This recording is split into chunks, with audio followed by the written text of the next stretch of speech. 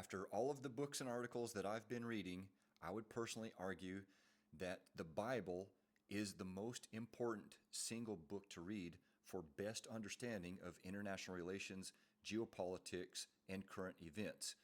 And I would offer that even if one does not believe in God or the Bible, one can read the Bible and gain best understanding of these important topics. And non-believers like Anna Kasparian miss the whole point and the power and importance of the Bible.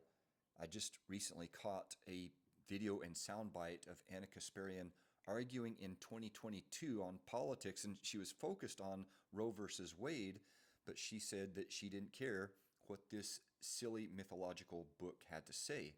So let's help Anna out as for what it has in it, just a few pieces of what it has in it that are relevant today. Revelation 13:16 through 17 basically says no one could buy or sell without the mark. And to me, maybe you're holding the mark in your hand as you're watching this video. Maybe that mark is not supposed to be on your head, but in your head. Maybe it's talking about central bank digital currency or surveillance capitalism or global surveillance or economic sanctions or stuff like that, like geopolitical weapons in the international political economy. Habakkuk 1:3 through 4 says, "Why do you make me look at injustice? Why do you tolerate wrongdoing? Destruction and violence are before me." This sounds like a pretty good critique from then until now, current times, of selective humanitarian interventions, right to protect or R2P failures, and inconsistent applications of international humanitarian law. Child soldiers, giving a country like Iraq chemical weapons, and then great power nations ignoring Iraq's use of such weapons. Matthew 10:16 says, "Behold, I send you out as sheep in the midst of wolves. Therefore be wise as serpents and harmless as doves." Sounds to me like a pretty good guide for international relations strategies, diplomacy, and intelligence. Isaiah 2:4 says, "They shall beat their swords into plowshares, neither shall they learn war anymore." Well, they can try to use this as some type of foundation for conflict resolution and disarmament.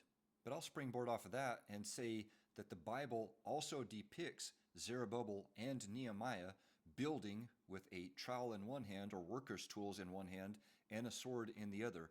And if one lays down one's sword, the meek shall inherit the earth, as in you will be in the earth. Daniel 2:21 tells us he changes times and seasons. He deposes kings and rises up others, which seems to me to resemble sort of like regime change and man's inability to predict the rise and fall of nations and states and leaders, whether that rise or fall comes from military force or elections or coups. James 4:1 through 2 says, "What causes wars and fights among you? Don't they come from your desires that battle within you?" Suggestive to me of greed, envy, power struggle, and resource competition. And last but not least for this entry, Genesis 11:1 through 9, the story of the Tower of Babel, mankind's vain quest to try to build global unity. "Let us build a city so that we may make a name for ourselves."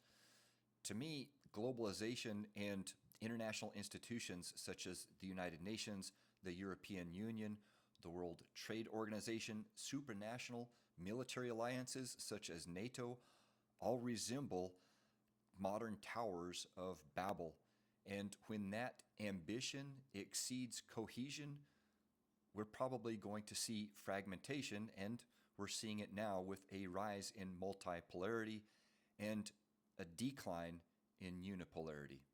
Let me know what you guys think in the comments.